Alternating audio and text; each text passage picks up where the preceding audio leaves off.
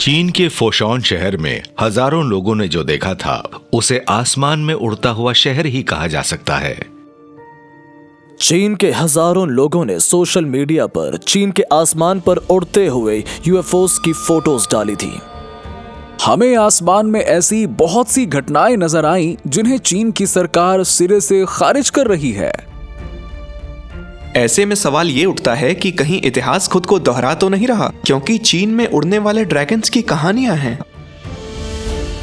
हो सकता है कि चीन के लोगों के बीच ही हजारों सालों से परग्रही रह रहे हों और शायद अब चीन के असली इतिहास के ऊपर से पर्दा हटने लगा है। मानव सभ्यता की शुरुआत से ही हम इंसान अपनी रचना का श्रेय ईश्वर और सितारों से आने वाले दूसरे जीवों को देते रहे हैं। अगर उनकी बात सच हुई तो क्या उन परग्रहियों ने सचमुच हमारे इतिहास को गढ़ा था?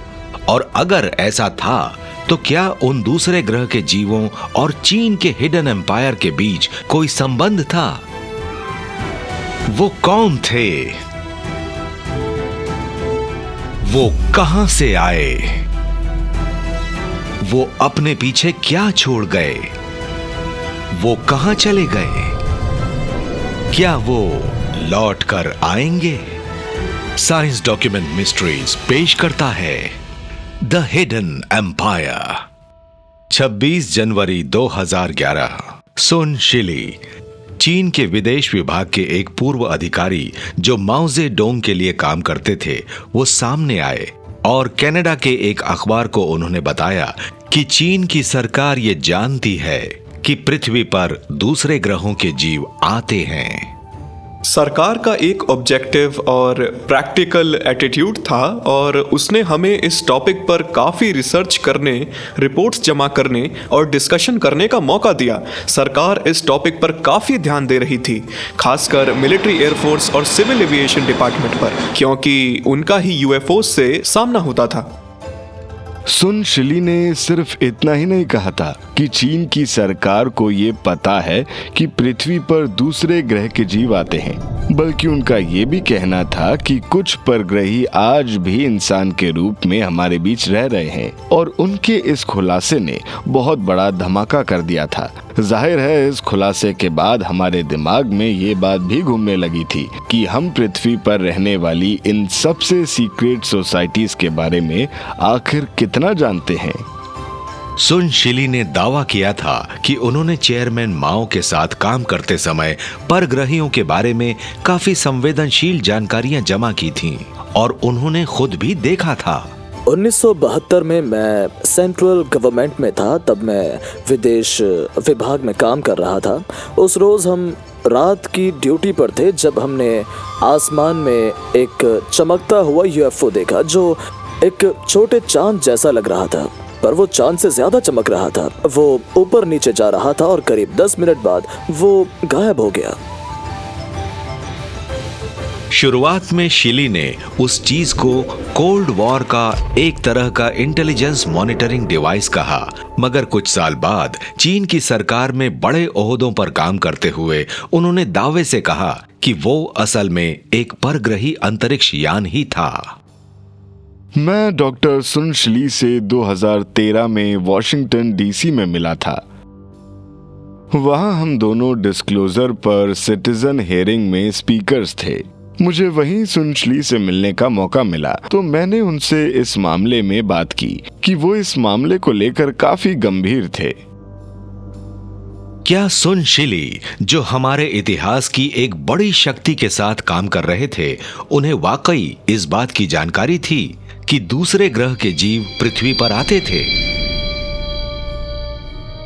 एंशिएंट एस्ट्रोनॉट थियरिस्ट्स मानते हैं कि हाँ, वो जानते थे। उनका कहना है कि चीन ऐतिहासिक रूप से बड़ा कटा कटा सा रहने वाला देश रहा है और हो सकता है वहां कई दशक या शायद और भी ज्यादा समय से परग्रही आ रहे हों। चीन शुरू से ही दुनिया से थोड़ा कटा कटा सा ही रहा है। वो मानता रहा है कि बाकी दुनिया उसके लिए खास जरूरी नहीं है, वो सिर्फ चीन के लोगों के लिए है। इसलिए वो अपने राज बहुत संभाल कर रखता रहा है। चीन हमेशा से एक बड़ी ही क्लोज्ड और सीक्रेट सोसाइटी रहा है। क्या इसकी वजह वो यूएफओ थे जिनके बारे में वो जानते थे? क्या उन्हें कुछ पता लग गया था? चीन की सरकार ने कभी यूएफओज या अपनी रिसर्च के बारे में दुनिया को कभी कुछ नहीं बताया। उन्हें शायद इस बात का डर था कि जो लोग यूएफओज की स्टडी कर रहे थे वो आने वाले समय में चीन के आसमान में मिलिट्री टेस्ट देखेंगे। वो अपने आप में ही सिमटी हुई सभ्यता है और उसे लगता है कि दूसरों के साथ अपनी ऐतिहासिक जानकारी साझा करना जरूरी नहीं है। चीन दुनिया में सबसे ज्यादा आबादी वाला देश। यहां आपको प्राचीन और आधुनिक सभ्यता का अनूठा संगम मिलता है। पश्चिम के लोग तो इस देश की तरफ शुरू से ही आकर्षित रहे हैं और इसकी एक बड़ी वजह थी यहाँ के राज। बात चाहे 20,000 किलोमीटर लंबी हजारों साल पहले बनाई गई चीन की महान दीवार की हो या फिर आज के डिजिटल ग्रेट फायरवॉल की जिसने इंटरनेट को सीमित कर दिया है, चीन ने हमेशा से ही ऐसे तरीके अपनाए हैं जिनसे वहां के लोग सुरक्षित रहें और कोई भी जानकारी या लोग उसकी हदों के बाहर न जाएं। मगर क्यों? एंशिएंट एस्ट्रोनॉट थियरिस्ट्स मानते हैं कि इसका जवाब हमें 5,000 साल पहले के शुरुआती दौर में मिल सकता है, जब वहां उसके पहले शासक का राज था, येलो एम्परर का। येलो एम्परर को एक इंसान माना जाता है, मगर ये भी कहा जाता है कि अपने पूर्व जन्म में वो एक दिव्य जीव थे किसी और ग्रह के। वो एक देवता थे थंडर और लाइटनिंग के, और ये भी माना जाता है कि वो आसमान में रहा करते थे। येलो एम्परर का शासनकाल करीबन 100 साल का रहा और उस दौरान चीन की संस्कृति और सभ्यता ने काफी उन्नति की। कहा जाता है कि उन्होंने टेक्नोलॉजिकल डेवलपमेंट्स किए थे जिनमें कैलेंडर से लेकर मैथमेटिक्स में हुई उन्नति तक शामिल थे। इसके अलावा एस्ट्रोनॉमी, खेती के तरीके और लिखने की कला भी विकसित हुई। प्राचीन लेखों के मुताबिक येलो एम्परर के पास उन्नत टेक्नोलॉजी की जानकारी थी और उन्होंने कई मैकेनिकल डिवाइसेस की खोज की थी, जिनमें से एक था एक विशाल कॉल्ड्रन जिसका रुख था शुएनयुएन तारे, यानी उसी तारे की तरफ जहां से वो खुद आए थे। लिखा गया है कि वो कॉल्ड्रन आसमान से एक ड्रैगन को जमीन पर बुला लेता था। जरूरत पड़ने पर वो उस कॉल्ड्रन में बैठ जाते और उसमें कुछ केमिकल इंग्रेडिएंट्स, एक्सियर इंग्रेडिएंट्स डालते थे और फिर आसमान में रास्ता बन जाता था और एक ड्रैगन नीचे आता। वैसे कई जगहों पर उस ड्रैगन को मेटालिक स्किन वाला भी बताया गया है। कहीं ऐसा तो नहीं कि वो नट्स और बोल्ट्स वाली मशीन्स थे? क्या ये नहीं हो सकता कि वो एक टेक्नोलॉजी थी जिसे लोग समझ ही नहीं पाए? हमारी रिसर्च के मुताबिक येलो एम्परर चीन की धरती पर एक यान में बैठकर आए। हम चीन के लोग खुद को ड्रैगन का ही वंशज मानते हैं। यूएफओ रिसर्च में ड्रैगन एक एयरक्राफ्ट का प्रतीक है जो यूएफओस का प्रतीक है। क्या इन बातों के आधार पर हम ये कह सकते हैं कि येलो एम्परर एक परग्रही थे जिन्होंने आज से 5,000 साल से ज्यादा पहले चीन की सभ्यता की शुरुआत की थी? और अगर ऐसा था तो क्या उनके बाद के सभी सम्राट जो खुद को हुआन डी का वंशज कहते हैं वो भी कुछ हद तक परग्रही थे? चीन के प्राचीन इतिहास में सम्राट को देखने की भी पाबंदी थी।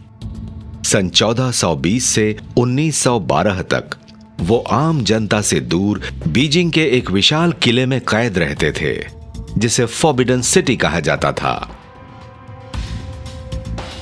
फॉरबिडन सिटी को इस तरह से बनाया गया था कि वो सम्राट को बाहर की दुनिया से महफूज रखे और वो चीन की फिलॉसफी और धर्म का प्रतीक भी हो। फॉरबिडन सिटी को पृथ्वी पर बने एक परग्रही शहर जैसा माना जाता था। एक साधु को उस शहर का पूरा प्लान सपने में नजर आया और वो पूरा शहर पत्थरों से बनाया गया, जिसमें कई पत्थर तो 300 टन से ज्यादा भारी थे। असल में फॉरबिडन सिटी का पूरा नाम था पर्पल फॉरबिडन सिटी और वो एक तारा मंडल का प्रतीक था। आसमान में मौजूद पर्पल एंक्लोजर नाम के तारामंडल का। कहते हैं कि उस तारामंडल में खगोलीय सम्राट अपने पूरे लाव लश्कर के साथ रहते हैं और ऐसा भी माना जाता है कि बीजिंग की फॉरबिडन सिटी उसी तारों में बने महल का पृथ्वी पर बना हूबहू काउंटर पार्ट है। अब मन में ये सवाल उठना लाजमी है कि कहीं चीन के ये सम्राट वो परग्रही तो नहीं थे जो पृथ्वी पर इंसानों के बीच रहते थे और आसमान में भी? कहीं ऐसा तो नहीं कि चीन के सम्राटों को आम जनता से छिपाने का असली मकसद जीते जागते परग्रही को छिपाना था? और अगर ऐसा था तो क्या आज भी चीन में आम जनता के बीच परग्रही रह रहे हैं और राज कर रहे हैं?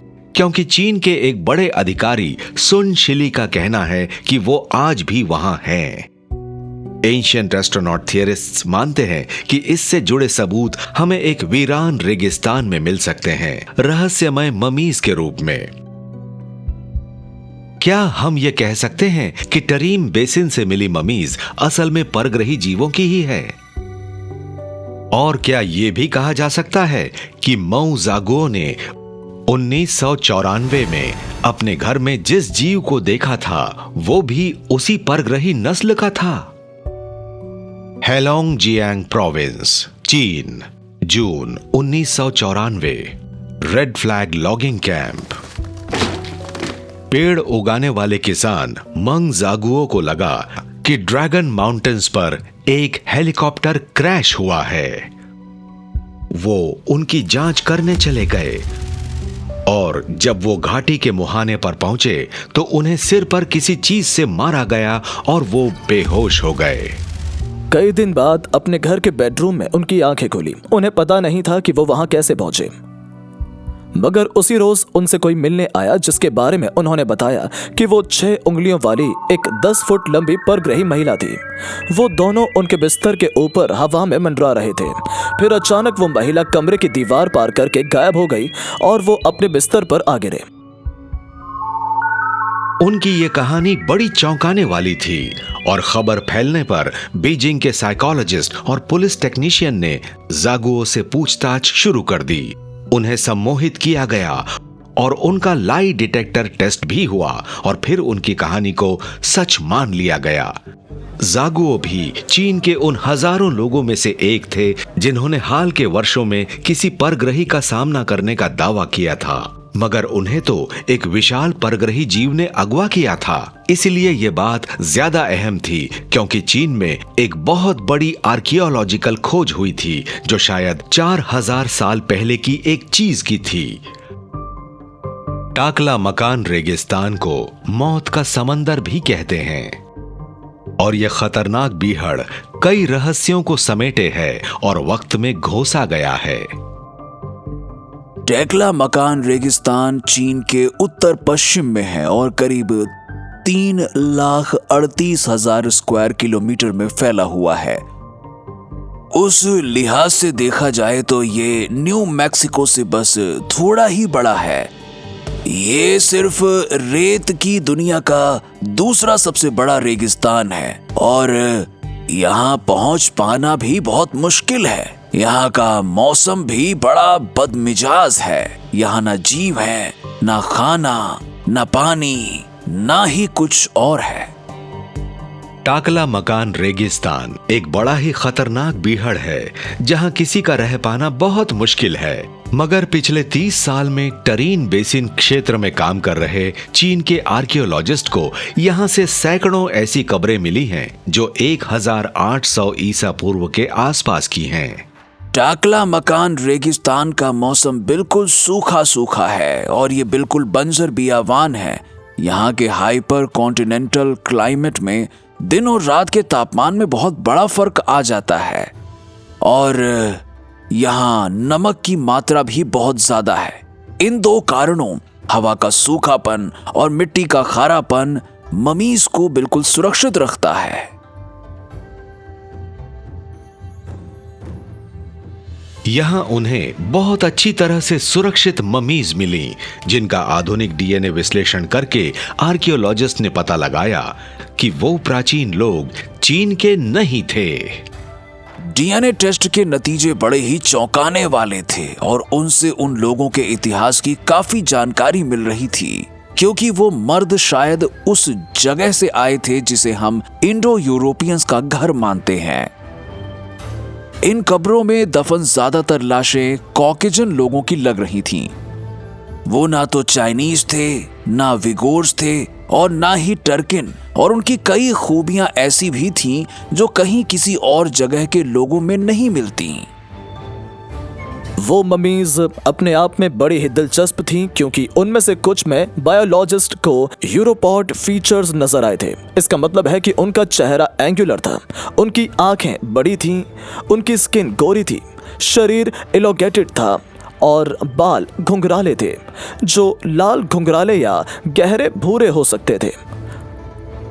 उन ममीज के माइटोकॉन्ड्रियल डीएनए की जांच के बाद उनमें पैप्लो ग्रुप्स M और K मिला, जो कि जेनेटिक डीएनए मार्कर्स होते हैं, और उनके हिसाब से वो वेस्टर्न यूरोपियन जेनेटिक लीनियस के थे। मगर यहाँ एक समस्या थी, उनके डीएनए में कई एनोमलीज थीं। उनमें से कोई भी ऐसी जेनेटिक जानकारी नहीं मिल पाई जो उन्हें दुनिया की किसी खास जगह से जोड़ सके। इससे तो यही लगता है कि वो शायद परग्रही थे। क्या हम ये कह सकते हैं कि टरीन बेसिन से मिली ममीज असल में परग्रही जीवों की ही है? और क्या ये भी कहा जा सकता है कि माओ ज़ेडुओ ने 1944 में अपने घर में जिस जीव को देखा था वो भी उसी परग्रही नस्ल का था? एंशिएंट एस्ट्रोनॉट थियरिस्ट्स मानते हैं कि वो उसी नस्ल का था और कहते हैं कि इससे जुड़े कुछ और सबूत हमें उन सबूतों के अध्ययन से मिल सकते हैं जो चीन के एक सबसे रहस्यमय पिरामिड से मिले थे। शॉनशी province, China, 1947। Colonel Morris Xi'an trans world airlines के फार ईस्ट के डायरेक्टर सेंट्रल चाइना के ऊपर से उड़ान भर रहे थे। तभी उन्होंने सफेद रंग का एक हीरे जवाहरात जड़ा ढांचा देखा जो उन्हें करीब 1000 फुट ऊंचा पिरामिड लग रहा था। कर्नल मॉरिस शियान ने उसे देखा तो वो उन्हें गीजा के ग्रेट पिरामिड से भी ज्यादा बड़ा पिरामिड लगा। उन्होंने इसके बारे में न्यूयॉर्क टाइम्स को बताया तो हंगामा मच गया। 27 मार्च 1947 को कर्नल शियान ने जो कुछ देखा था उसकी खबर न्यूयॉर्क टाइम्स में छपी तो पूरी दुनिया के लोग जान गए और 2 दिन बाद उस रहस्यमय स्ट्रक्चर की एक फोटो भी छपी। उसके बाद से 37 और पिरामिड्स चीन के उसी इलाके में देखे गए, जिनमें पहले चीन सम्राट का वो मौज़ोलियम भी था जिसमें हमें मिट्टी के बने सैनिक मिले थे। इन बातों से साफ लगता है कि प्राचीन चीन में पिरामिड का काम बहुत बड़े पैमाने पर होता था। ये तो हम जानते ही हैं कि चीन में पिरामिड्स रहे हैं, मगर पिछले कुछ दशकों में चाइनीज आर्कियोलॉजिस्ट ने उनके बारे में किताबें लिखनी शुरू की हैं और वो सभी वहां के असली रूलर्स से जुड़े हैं। एंशिएंट एस्ट्रोनॉट थियरिस्ट्स मानते हैं कि शियान में मिली संरचनाएं न सिर्फ पिरामिड्स हैं बल्कि यहां मिली एक और संरचना भी आसमान से जुड़ी हुई नजर आती है।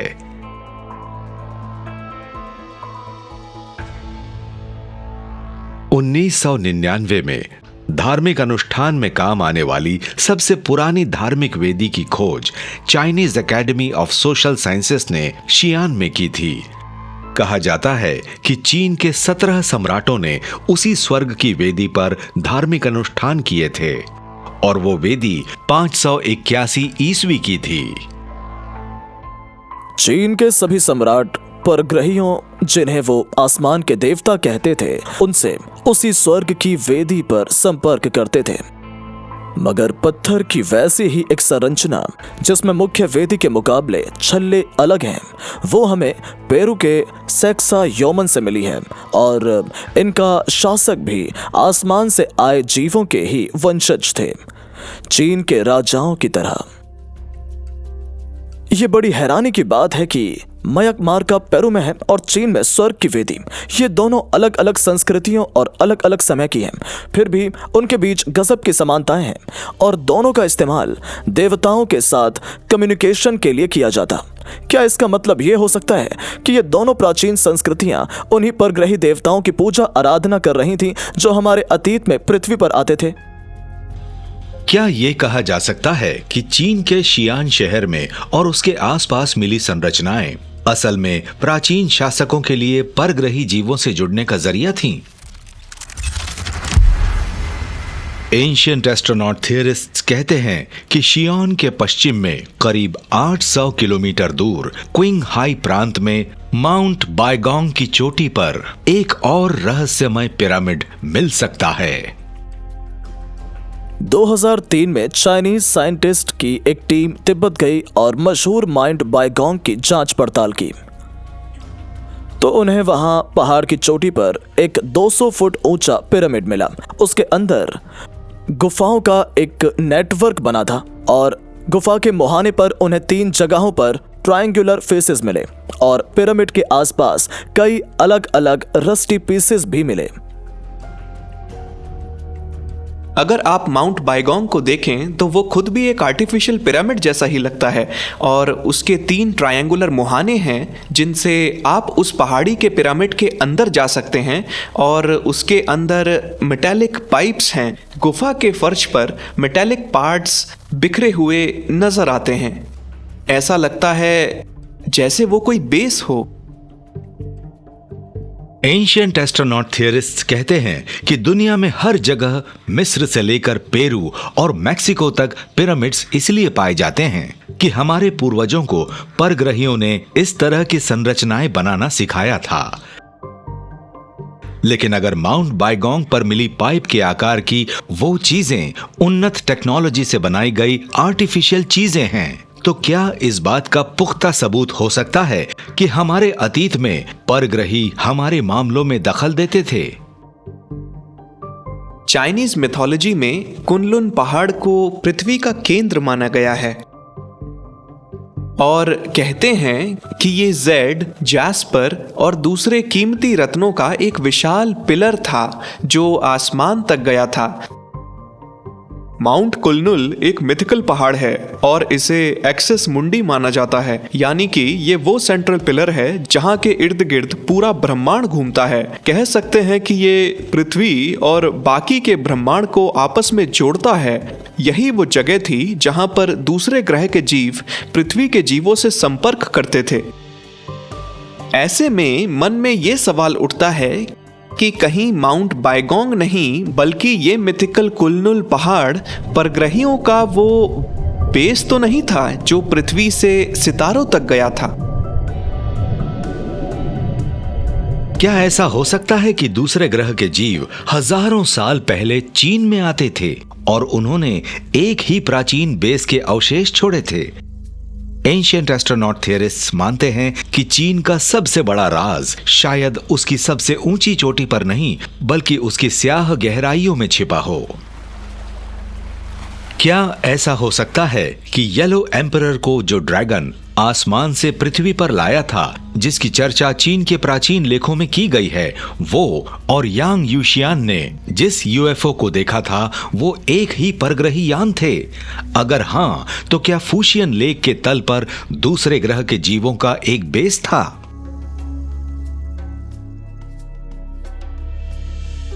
फूशियन लेक, यूनान प्रोविंस, चीन, 1992। एक्सपर्ट डाइवर गंग वे इस दूर दराज की झील की गहराइयों में उतरे और ये देखकर हैरान रह गए कि उसके तल पर हाथ से बने ब्लॉक्स और पत्थर की बनी दूसरी चीजें बिखरी पड़ी थीं। पत्थर की बनी वो रहस्यमय चीजें ताजे पानी की चीन की दूसरी सबसे गहरी झील के तल पर पड़ी थी, उस झील के जो करीब 260 वर्ग किलोमीटर में फैली है और जिसकी गहराई करीब 509 फुट है। उन्हें वहां बड़ी चौंकाने वाली बात नजर आई। हाथ से बने पत्थर के ब्लॉक्स, रोड्स, बिल्डिंग्स, और ऐसा लग रहा था कि जैसे वो पानी के नीचे बसा एक शहर हो। वो शायद उस वक्त बना होगा जब वहां झील नहीं थी, और इसका मतलब है कि ये बात पिछले आइस एज से पहले की है, और उस लिहाज से फुशियन लेक की कहानी उस वक्त से कहीं पहले की है जो हम अभी तक मानते आ रहे थे। गंगवे ने फुशियन लेक में 35 से ज्यादा गोते लगाए और वो झील के नीचे एक सबमरीन भी लेकर गए, तो देखा कि वहाँ सीढ़ियाँ बनी हैं और वहाँ झील के नीचे उन्हें कई और पत्थर के ब्लॉक्स और दीवारें भी मिली। इन सबको देखकर मन में यही सवाल उठता है कि कहीं कभी फुशियन लेक के नीचे कोई उन्नत सभ्यता तो नहीं बसी थी। 2001 में यूनान प्रोविंशियल म्यूजियम के आर्कियोलॉजिस्ट ने बड़े उन्नत किस्म के सोनार स्कैनर्स और कैमरास की मदद से फुशियन को सर्वे करने का बहुत बड़ा काम किया। वहां से उन्हें जो सबूत मिले थे उन्हें देखकर चीन के आर्कियोलॉजिस्ट ने कहा कि उन्हें एक उन्नत सभ्यता की बनाई संरचनाएं मिली हैं, जिनमें अरीना जैसी इमारत और पिरामिड्स भी हैं। पानी के नीचे मौजूद वो शहर करीब 2.5 वर्ग किलोमीटर में फैला था, मगर सवाल यही उठता है कि उसे बसाया किसने था और क्यों? वो पिरामिड खुद भी बड़ा अनोखा है और कहते हैं कि वो पिरामिड भी मिस्र के पिरामिड जितना पुराना है और शायद उनमें से कई से ज्यादा ऊंचा भी। ये एक बहुत बड़ी खोज है। चीन के पुराने रिकॉर्ड्स में फुशियन लेक के आसपास बसे एक शहर की बात कही गई है जिसका नाम था युयुएन, मगर फुशियन लेक में पानी के नीचे मिले स्ट्रक्चर्स की स्टडी से ये पता लगा है कि ये असल में युयुएन सिटी से कहीं पुराने हैं। तो कहीं ऐसा तो नहीं कि ये किसी एक और भी पुरानी और उन्नत सभ्यता के अवशेष हैं जो उस विनाशकारी बाढ़ में नष्ट हो गई थी? क्या ये कहा जा सकता है कि झील के नीचे परग्रही जीवों का एक बेस बना था? एंशिएंट एस्ट्रोनॉट थियरिस्ट्स मानते हैं कि ऐसा ही था और उनका कहना है कि यूएसओज यानी अनआइडेंटिफाइड सबमर्सिबल ऑब्जेक्ट्स की चीन के प्राचीन लेखों में काफी चर्चा है। वैन डायनेस्टी के सम्राट वैंग के शासनकाल में लिखी गई किताब चेन जैंग फूजे के मुताबिक एक घोड़े जैसा दानव झील में रहता था। कहते हैं कि वो जीव सफेद रंग का था और उसके पीठ पर लाल चकत्ते थे। ज्यादा दिलचस्प बात तो यह है कि वो आसमान में उड़ सकता था। इसका मतलब है कि वो आधा यूएसओ और आधा यूएफओ था। मेरा मतलब है कि वो अंडर वाटर सबमर्सिबल ऑब्जेक्ट भी था और अनआइडेंटिफाइड फ्लाइंग ऑब्जेक्ट भी था। 24 अक्टूबर 1991 यान यूशियान नाम का स्थानीय मछुआरा फुशियन लेक में मछली पकड़ने गया था और उस दिन मौसम भी बड़ा सुहाना था।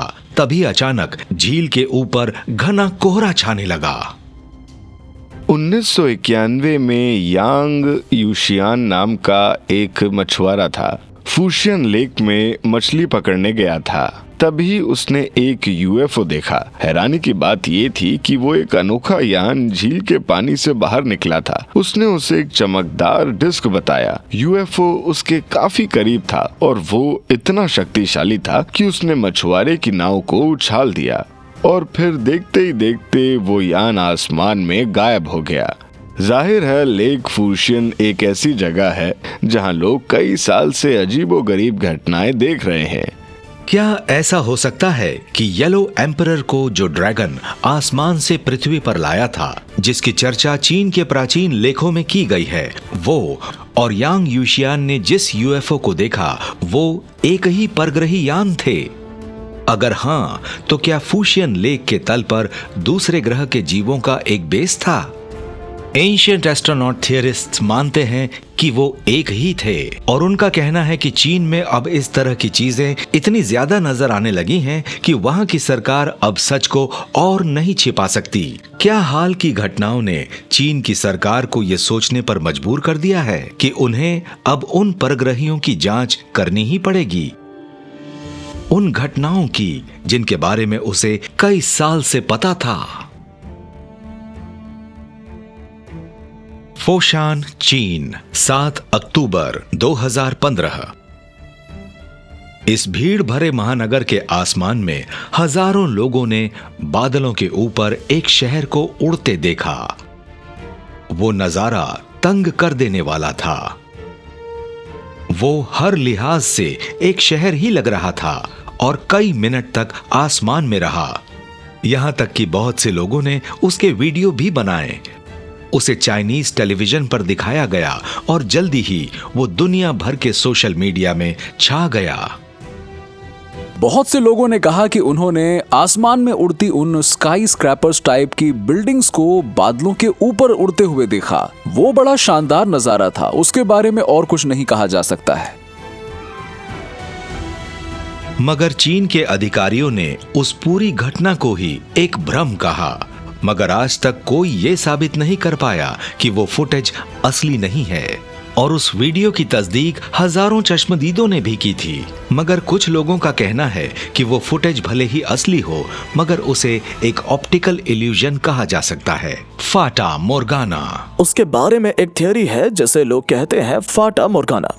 वो एक तरह का भ्रम जैसा इफेक्ट होता है, उस मिराज जैसा जिसमें हम होराइजन के करीब कुछ देखते हैं। उसमें कोई ऐसी चीज नजर आती है जो वहां नहीं होती, एक तरह का एटमॉस्फेरिक इल्यूजन।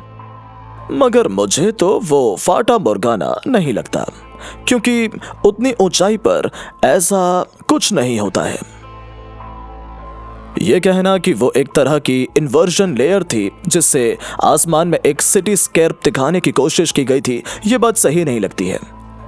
हाँ, ये हो सकता है कि आसमान में एक बड़ी मदरशिप या एक यान हो, ये कोई नई बात नहीं थी।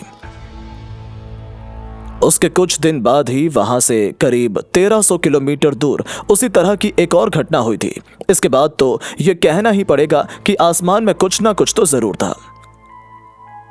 अगर हम ये मान भी लें कि फोशान के आसमान में हजारों लोगों ने जिस उड़ते शहर को देखा था वो एक तरह का ऑप्टिकल इल्यूजन था, तब भी मुझे ये बात सही नहीं लगती कि वैसा ही कुछ वहां से कई 100 किलोमीटर दूर नजर आए, जियांगशी शहर में, जहां हजारों लोगों ने उस नजारे को देखा। क्या यह कहा जा सकता है कि चीन के हजारों लोगों ने आसमान में उड़ते एक परग्रही बेस या मदरशिप को देखा था? और अगर देखा था तो क्या यह इस बात का सबूत हो सकता है कि परग्रही अपनी मौजूदगी दर्ज करवा रहे थे? एंशिएंट एस्ट्रोनॉट थियरिस्ट्स कहते हैं कि चीन के आसमान में कई और परग्रही जीवों के नजर आने के मामले दर्ज हुए थे और चीन की सरकार उससे इनकार भी नहीं कर सकती। यीजियांग प्रोविंस, चीन, 7 जुलाई 2010 रात 8:40 पर हंगजाओ शियाओशान इंटरनेशनल एयरपोर्ट को अचानक बंद कर दिया गया, जबकि वहां से रोजाना करीब 70,000 यात्री आते जाते हैं। बाहर जाने वाले विमानों को वहीं रोक लिया गया और वहां उतरने वाले विमानों को करीब के दूसरे हवाई अड्डों की तरफ भेज दिया गया। हवाई अड्डे को अचानक बंद करने की वजह यह थी कि आसमान में एक अनआइडेंटिफाइड फ्लाइंग ऑब्जेक्ट नजर आया था, जिसे हवाई अड्डे पर उतरने की तैयारी कर रहे एक विमान के फ्लाइट क्रू ने देखा था। ज़ाओशेन चाइना का एक सबसे बड़ा एयरपोर्ट है और ये बात बड़ी अहम है, वो काफ़ी व्यस्त एयरपोर्ट भी है। 7 जुलाई को वहाँ उतरने की तैयारी कर रहे एक पैसेंजर एयरप्लेन के पायलट ने अपनी तरफ बढ़ रही एक बड़ी ही अनोखी चीज़ देखी। उसने फौरन ग्राउंड क्रू को इसकी सूचना दी और एयरपोर्ट को बंद करवा दिया, क्योंकि उल्का जैसी एक चीज़ बहुत तेज़ी से एयरपोर्ट की तरफ बढ़ रही थी। उसके पीछे एक ट्रेल भी था, वो ओवल के आकार की चीज़ बहुत तेज चमक रही थी। उस चीज को हंगझो के बहुत से लोगों ने देखा और उसकी फोटो भी ली। उस यूएफओ के दिखने के बाद तो तूफान सा आ गया। फ्लाइट्स को डिले कर दिया गया। सेना से पूछा गया कि कहीं वो कोई टेस्ट फ्लाई तो नहीं कर रहे हैं, मगर पता लगा नहीं। 5 साल में चीन में तीसरी बार ऐसा हुआ था जब आसमान में एक यूएफओ नजर आने के बाद किसी एयरपोर्ट को बंद कर दिया गया था, या उसे देखकर लोग बुरी तरह से डर गए थे या हैरान थे। और ऐसा लगता है कि चीन की सरकार इस मामले को पूरी तरह से दबाना चाहती थी। और इसकी शायद एक वजह यह भी थी कि चीन की सरकार को पता लग गया था कि चीन के आसमान पर अब उसका नहीं किसी और का दबदबा है। ज़ाओशेन की घटना इस तरह की कई घटनाओं में से एक थी। ग्वेंजू प्रोविंस में भी ये हुआ था। उस वक्त पायलट से कहा गया था कि वो यूएफओ से बचकर नीचे उतर आए और उसके गुजर जाने के बाद वापस आसमान में लौट जाए। यह इस बात का सबूत है कि आसमान में वाकई यूएफओज ही दिखे थे।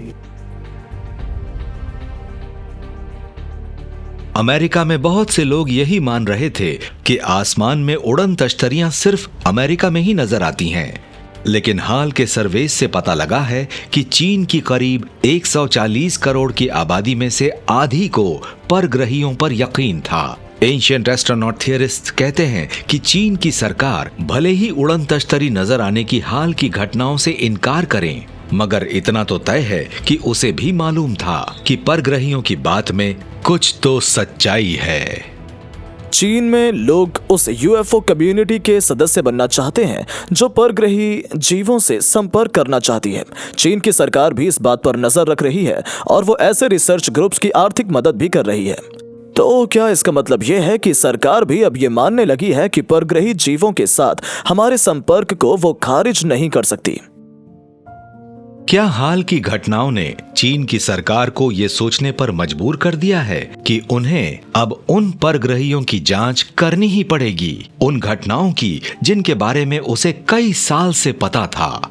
एंशिएंट एस्ट्रोनॉट थियरिस्ट्स मानते हैं कि ऐसा ही करना होगा और कहते हैं कि चीन अभी दुनिया का सबसे बड़ा रेडियो टेलीस्कोप बनाने की जो कोशिश कर रहा है वो परग्रही जीवों की खोज के उसके मिशन का एक हिस्सा है।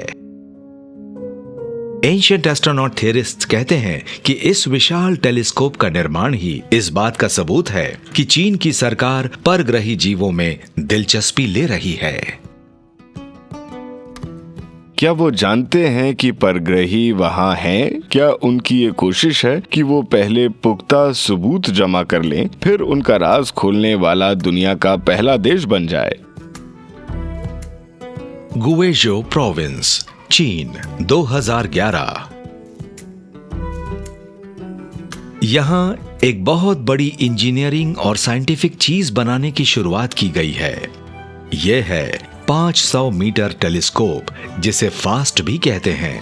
नान रेंडोंग फास्ट प्रोजेक्ट के चीफ साइंटिस्ट हैं और उनका कहना है कि रेडियो टेलीस्कोप भी बड़े संवेदनशील कान जैसा होता है और वो रेडियो मैसेजेस को ब्रह्मांड की व्हाइट नॉइज से अलग कर देता है। चीन की सरकार अभी जो बना रही है वो दुनिया का सबसे बड़ा रेडियो टेलीस्कोप हो सकता है। उसके रिफ्लेक्टर डिश का डायमीटर ही करीब 500 मीटर होगा और उसके जैसा दुनिया में कुछ और नहीं है। जहां तक रेडियो एस्ट्रोनॉमी की बात है तो ये अगले 20 या 30 साल तक सबसे अच्छा इक्विपमेंट साबित होने वाला है।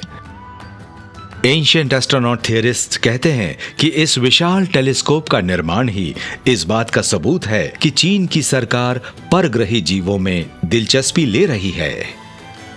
क्या वो जानते हैं कि परग्रही वहां हैं? क्या उनकी ये कोशिश है कि वो पहले पुख्ता सबूत जमा कर लें और फिर उनका राज खोलने वाला दुनिया का पहला देश बन जाए? चाइनीज गवर्नमेंट ने बिल्कुल साफ साफ कहा था कि ये डिश खासकर परग्रही इंटेलिजेंस की तलाश के लिए बनाई जा रही है। तो अब सवाल ये उठता है कि क्या वो अपने इतिहास को ही दोहरा रही है? क्योंकि चीन में भी हर दूसरी प्राचीन संस्कृति की तरह परग्रही अक्सर आते जाते रहे हैं। आखिर गहरे अंतरिक्ष की खोज में उनकी इतनी दिलचस्पी क्यों है? वो टेलीस्कोप जुलाई 2016 में बनकर तैयार हुआ और इसे एक बहुत बड़ी कामयाबी माना गया, क्योंकि अब चीन की सरकार ज्यादा सटीक तरीके से न सिर्फ हमारी आकाशगंगा में बल्कि दूर और दराज के तारा मंडलों में रेडियो सिग्नल्स और जिंदगी के संकेत ढूंढ सकती है। अब तो कई और देश भी उन्नत किस्म के रेडियो टेलीस्कोप्स बना रहे हैं, मगर उनमें से कोई भी फास्ट टेलीस्कोप से ज्यादा बेहतर और बड़ा नहीं होने वाला। चाइनीज एस्ट्रोनॉमिकली सोसाइटी के डायरेक्टर जनरल वो शियांगपिंग ने घोषणा की कि इसकी मदद से हम न सिर्फ अपने तारा मंडल के पार के जीवन की खोज कर सकेंगे, बल्कि ब्रह्मांड की उत्पत्ति का भी पता लगा पाएंगे। हो सकता है कि आसमान में मौजूद कोई सभ्यता ऐसी साइंटिफिक और टेक्निकल इंफॉर्मेशन पोस्ट कर रही हो जिसके बारे में वो जानते हो। जो भी देश उस जानकारी को सबसे पहले डाउनलोड करेगा वो ज्यादा फायदे में रहेगा। वो आने वाले भविष्य में दुनिया की एक दबंग शक्ति बन जाएगा। क्या चीन ऐसा करने वाला पहला देश बनना चाहता है? क्या उसे पता है कि वो वहाँ है और उनका ये रेडियो टेलीस्कोप क्या वही जानकारी पाने की कोशिश का नतीजा है? मुझे इस बात की बड़ी खुशी है कि मेरा देश एक इतना बड़ा टेलीस्कोप बना रहा है। उसकी मदद से हम परग्रही और परग्रही सभ्यताओं की खोज कर सकते हैं। हजारों सालों से चीन के लोगों ने यूएफओ एनकाउंटर की काफी रिपोर्ट्स जमा की हैं और उन सभी को रिकॉर्ड भी किया है, और जिन्होंने भी उसकी स्टडी की है वो इस बात से हैरान थे कि यूएफओ से जुड़ी वो जानकारी कितनी ज्यादा और सटीक थी, और उम्मीद है कि चीन में ये सिलसिला चलता रहेगा। चीन ने अब अपने दरवाजे खोल दिए हैं, तो क्या हमें अब ये पता लग सकता है कि येलो एम्परर से जुड़ी कहानियां सच थीं? क्या ये कहा जा सकता है कि अतीत में परग्रही जीव चीन में आते थे? अब ये तो वक्त ही बताएगा। क्या हम ये कह सकते हैं कि चीन ने दुनिया का सबसे बड़ा रेडियो टेलीस्कोप इस उम्मीद में बनाया है कि वो ब्रह्मांड में परग्रही जीवों की मौजूदगी के सबूत ढूंढ सके और हजारों साल से चीन में आ रहे परग्रहियों के नए संदेश सुन सके? और क्या उड़ने वाले ड्रैगन्स, येलो एम्परर्स और वो अनोखे और रहस्यमय पिरामिड्स उन बातों के सबूत हैं जिन्हें एंशिएंट एस्ट्रोनॉट थियरिस्ट्स ढूंढ रहे हैं? एक बात तो पक्की है, परग्रही संपर्क से जुड़े सबूत लगातार बढ़ते जा रहे हैं और शायद जल्दी ही हम फिर से उनका सामना करें, बिल्कुल आमने सामने।